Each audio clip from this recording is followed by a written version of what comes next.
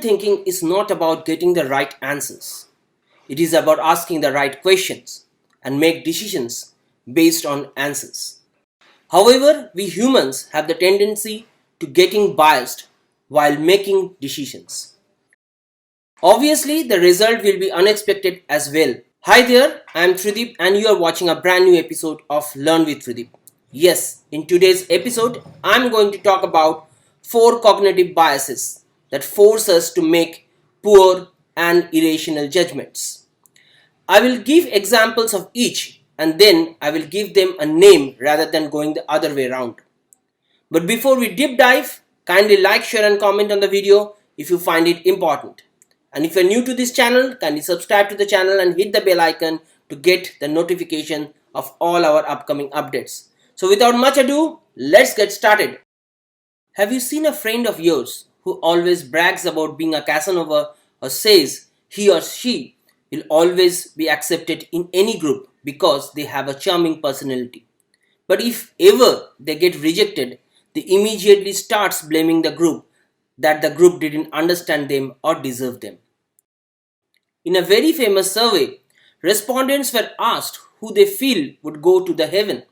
Well, as expected, Mother Teresa topped the chart with 79% votes among the likes of Bill Clinton, Princess Diana, Michael Jordan. But someone even ranked higher than Mother Teresa, and they were none other than themselves. Yes, a whopping 87% of them believed that they will definitely make it to the heaven. Well, we have the bias of attributing any success to ourselves and blame anyone other than us for our failure. This symptom does have a name and it is called self-serving bias. It has some good side as well as some demerits. The good part is that it protects our self-esteem. However, this bias also prevents us from learning our mistakes.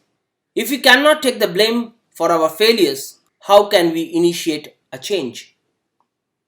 Well, is there any remedy to this ailment? Ask your closest friends or colleagues. They will keep you grounded if you have a self-serving bias. Have you ever done this? Gone to a restaurant and ordered the dish that was easiest to pronounce? Blindly believed a message that is written in a simple font rather than the one written in a cursive or cryptic font? Have you ever dabbled in the stock market? Well, if you have ever done that, you might have seen how many of the easy to pronounce stocks got the early benefits vis-a-vis the stocks that were difficult to pronounce. Well, all those by now were bad decisions.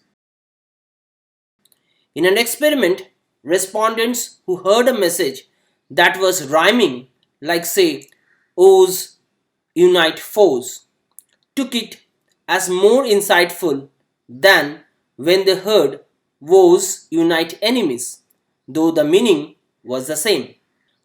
By the way, now you know why most of the advertisements try to have a rhyming headline for their offering.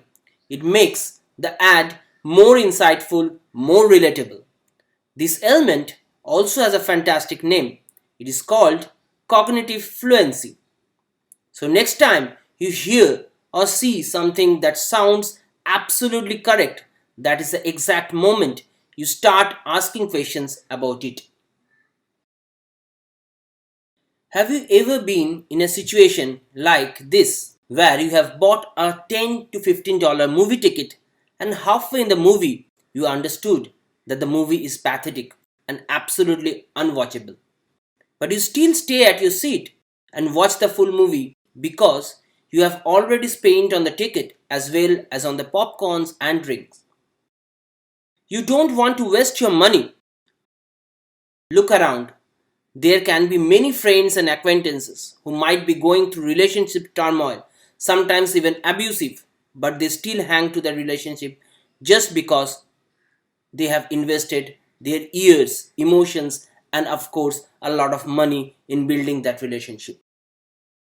Even in organization, many a times we see that even if we haven't gained anything from a resource or an in-house product or services.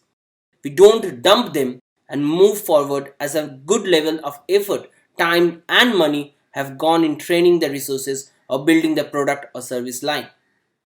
Don't worry, this element also has a name and is called sunk cost fallacy. You should be focusing more on future cost and benefits and should not let your previous losses influence your future decisions. You must have faced this situation that you were at the last point of purchasing a shirt or a nice dress or a jewelry but didn't buy it because you didn't get the last minute confirmation from someone. If anyone who might be your friend or family member had given the last push, you would have bought the product. You wanted a confirmation. Experiments revealed that when respondents were asked how happy is their social lives, more people responded in positives than when they were asked how sad is their social lives. People want a confirmation to their decisions.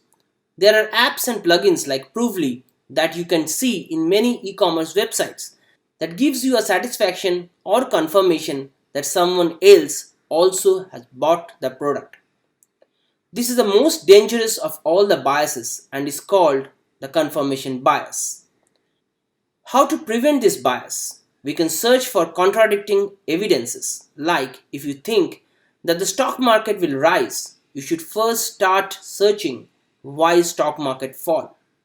That way your decision won't be biased. So that's all folks. Hope you have understood what are the disadvantages of each bias. Keep a check on your and your organization biases before you take any decision. Hope you liked the video. If you have liked the video, kindly like, share and comment on the video. And if you are new to this channel, kindly subscribe to the channel and hit the bell icon to get all the notifications of our upcoming updates.